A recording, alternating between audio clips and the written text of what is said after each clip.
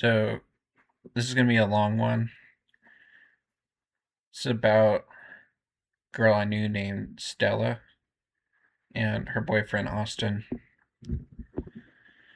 And I met them both through my friend Mason, um, who I was friends with when we both started going to a community private school um, at the same time. And it was a school where they let you choose whatever you wanted to do. Every semester, people would pitch classes, and the students would vote on what classes they wanted on the schedule. And then you could sign up for as many classes as you wanted, or not sign up for any. And so we really didn't take any classes. Like we took a tea tasting class where we just tried a bunch of fancy teas every week. And we took a meditation class where you lay down and visualized. And we didn't do very much at all. I played Fallout New Vegas on my laptop, and Mason would watch me, and I would mod it, so I would make a gun that was a machine gun, but it shot nuclear warheads and crashed the game. Um, and we would watch a lot of Adult Swim programming, like Tim and Eric, awesome show, great job, and Xavier, Renegade Angel, and just laugh. Um, and we did so little that the principal of the school sat us down and showed us two movies back to back. And the first movie was Basquiat, about the artist that lived in the 80s who got really famous. And then the second movie was Man on the Moon with Jim Carrey, about uh, the the guy that was in Taxi, and did absurd comedy. And I think he knew we were on drugs, or I wasn't really on drugs at the time, but Mason was dropping acid every single day. He had a vial of liquid acid, and he would take one or two drops every morning, and he never told me, like, until later when he sold me the rest of the vial of acid. Um, and before he sold it to me, he had his friend Austin join him for the talent show. And they dressed in thrift shop dresses and wore makeup, and they were so high on acid, and they did a DJ set, kind of experimental, like Nurse with Wound or Aphex Twin or whatever. And so that was my first introduction to Austin. And pretty soon we were all hanging out. And Austin had a girlfriend named Stella. And they were really fun. We'd smoke joints and watch Twin Peaks, and they were in love. And they had a picture of themselves on Google Maps when you zoomed into a street. It was of them holding hands and waving, and I thought, oh, that's such a beautiful relationship. So I dropped out of high school and I started working in restaurants. I got my first job at a Malaysian restaurant, and I would do a lot of prep and stuff like that. I wasn't getting paid; it was an internship, and I didn't really know how to cook the skewers of chicken. So all the chicken coming out of the kitchen was undercooked by me. You know, it was basically raw. And I would eat it for lunch too. You know, and I didn't get sick. Hopefully, no one else got sick. It went out of business a couple years later, and it wasn't my fault because I had already moved on to cooking for lawyers in cafeterias. Um, but yeah, smoked a lot of good weed with them. We would go to a you know number of different people, and always good product. Um, when I bought the acid from Mason, I dropped it and spent the day with Stella because she liked to make art and she wanted me to draw. And I didn't really know anything about art at the time, but I was just being peeled away in those 10 hours, layers of myself coming apart. And I was left with this eternal moment. And I knew who I was, and I was with her. It was like she was my parent or something. We'd always been together. And I did some cooking for them. I made some chicken satay. I think it was cooked correctly. And I remember some of my other friends went to a parking lot and bought a pound of marijuana, and I pitched in for an ounce. And the first time we smoked it, it was really good. And I remember Stella sitting on the back balcony with Austin, and she had her eyes closed, and she was swaying back and forth, just totally at peace.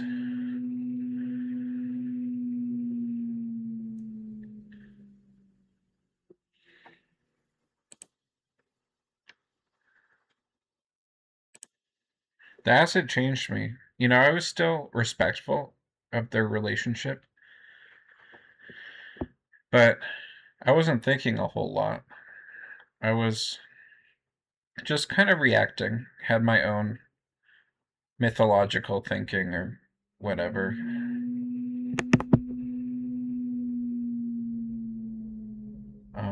I made money working construction on my dad's house. And I always had money, and I always had a car to drive, and the acid was okay for driving. I wasn't taking very much. But one time I made edibles that were so strong, it was half an ounce inside of 6 truffles.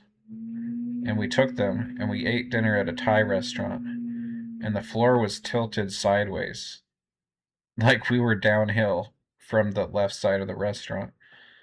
And I drove us home, and I found myself on a severely winding street in the dark, and I probably forgot the headlights, and I scraped against the curve. But we made it. I always liked rap music while I was driving. I would listen to Casey Veggies from Odd Future, Chopped and Screwed. There was an old Gucci Mane album that I played a lot that was Chopped and Screwed, and then Space Ghost Perp, which was already inspired by DJ Screw and Drank Culture. Austin and Stella were more autistic or bohemian or whatever, and they had all these songs that meant so much to them, like True Love Will Find You in the End by Daniel Johnston, and this other song that was like I'm adrift on endless oceans that I haven't been able to find. And they got me into cigarettes. I smoked cigarettes with Mason in his car, but I turned into a real smoker with them. And Austin had a piano in his bedroom that he smashed on film one summer during a bipolar episode. And sometimes he would play an invisible piano very intensely in front of himself. And he couldn't take psychedelics anymore. There was talk of a limit you reach. Last time he did mushrooms, everything was just a few blocks of color. He was on lithium at one point for bipolar, but there came a time when he successfully quit, I think before I showed up. And he was talking about how many car batteries worth of lithium he had already eaten and how medication was bad. And how he was able to quit was he just stared out of his window for months watching the rain. I went to college that fall and met all these new people and showed up with an ounce of marijuana or two and a variety of papers, and I just wanted to smoke. I didn't want to get to know people. I didn't want to figure out the campus. I just shared joints and blunts with people, and always found some action, like a punk show or a gathering around this guy named Crazy Dave that slept in the woods near campus. I couldn't find peace, and I couldn't sleep. I was on all these supplements from my doctor, who was telling me how to develop psychic powers. Like, that's not a lie. He was teaching me how to become a psychic. And I thought he was working for the Dalai Lama, and everything I brought with me to college indicated that I was soon going to be let into the inner circle of Tibetan lamas. I started talking about that with my dorm, showing my friend the Book of the Subgenius, which is a mock cult from the 80s who worships a, um, you know, 50s salesman that's smoking a pipe. And I thought it was actually a coded message about how the next Dalai Lama, which was me, was found in America. So they needed a book that was American to start the education. The weed and the cigarettes made staying up easily. I wasn't eating, and I was popping the inositol, choline, lithium orotate, and fish oil that my doctor prescribed to me, and considering that my food. I called my doctor and told him I wanted to live in the woods. I then spent the whole night in the rec room receiving downloads from a superintelligence, figuring out how life worked on a deep, primitive, spiritual level. The students found me meditating and frantically moving my arms around in the woods. I had a vision that I was a god and Stella was a goddess, and together we were going to end humanity and restart it. I then packed my things up and started walking from Olympia to Seattle, about a 100-mile journey. I took a smoke break pretty soon after setting out to get guidance, and I received a phone call from the school administration saying the police were there and I needed to find my way back. I don't know what I did. I was blacking out by that time, 5 days of no sleep or food. I found my way back, trying hard to understand the directions that were given, and the police talked with me. I had done nothing wrong, but my doctor must have called the school or something. My parents were called from the office, and I handed my marijuana over and apologized. But this was a mental health crisis. It didn't really matter, you know, what I had in my possession. There was something much more serious happening. I spent the night in the emergency psychiatric hallway in the hospital, where the psychosis went so far that after sitting in a puddle of water to try to cool myself down, I screamed and punched the door and passed out until the next morning. I did end up going home, and I fought hard to regain my sanity. I thought the TV was talking to me. Um, I thought everything was going to be just perfect when I found a hummingbird sticker, a golden hummingbird sticker on the sidewalk. There were times of tranquility and then other times of sheer terror.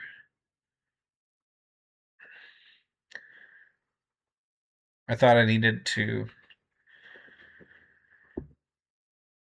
circulate different temperatures in my body, so I turned the hot water on in the shower and then the cold water on in the sink and put either hand in one of those streams.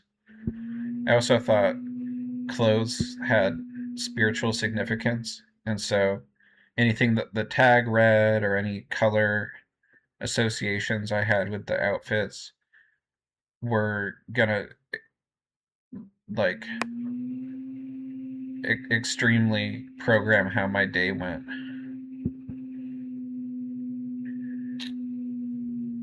I went over to Austin's apartment once I got home, and it was like, hey, I made it back to Stella, but I guess we're not gods. So we played a game of Scrabble, and I won. And I told everybody I thought I was an oracle, that I could predict the future. We went over to the lake near his apartment, and Austin had me strap a gas mask bong to my face and clear a bowl. And it worked out. I guess things were back to normal. Um, I went back to work in kitchens, and soon Austin, Stella, and I all rented an apartment.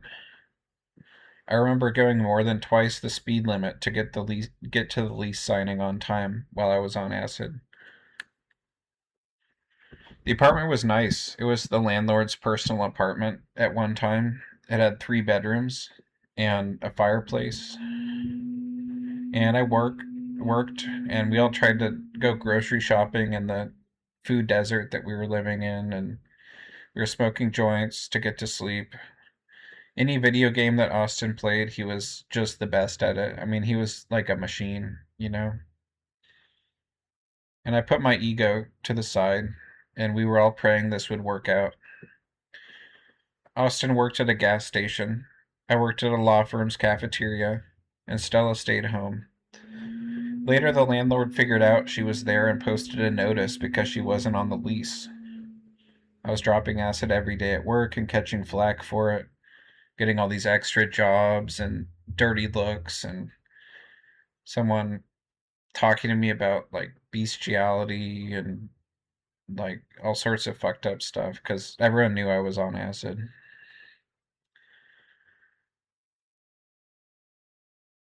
I was taking the bus home. The car was at my parents' house. No one wanted to do acid but me, and I had sort of a fun time, but not really.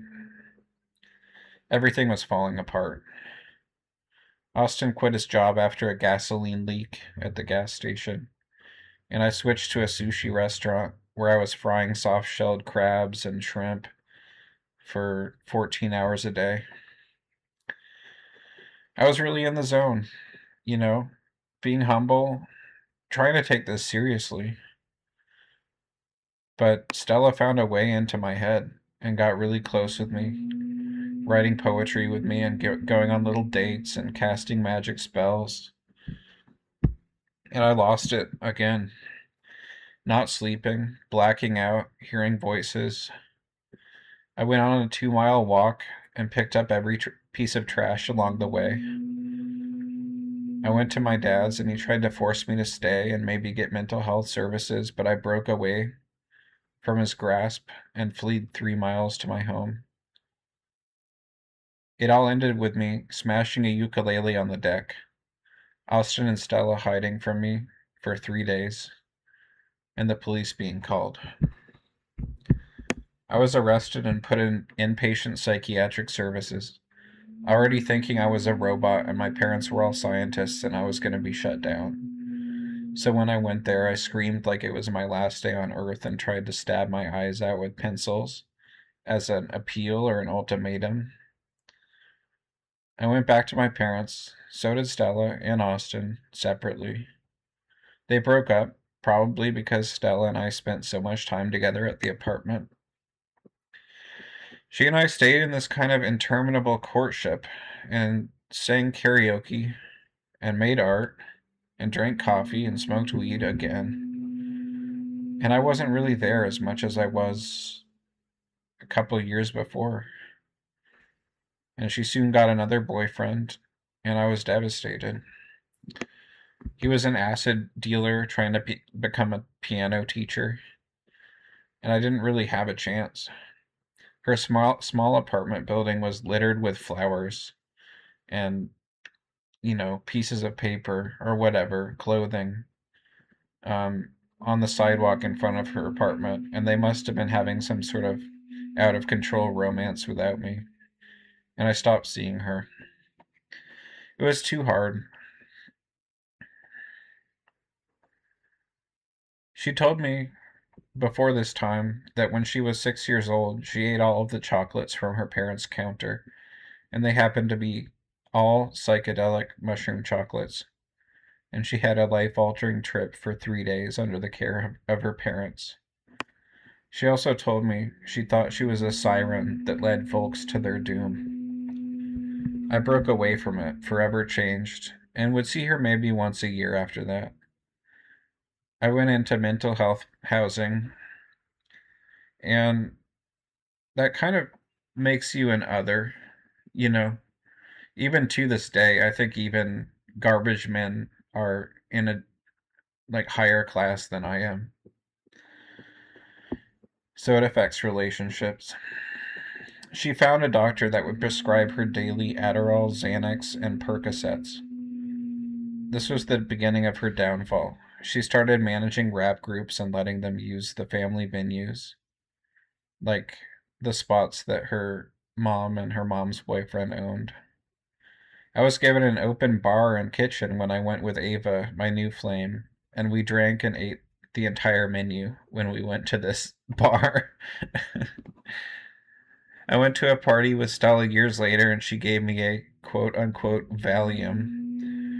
And I drank cocktails and went home after a fight about beer pong with some aspiring actor. And I vomited about a gallon of pink fluid into the garden of my mom's house that I was house sitting for.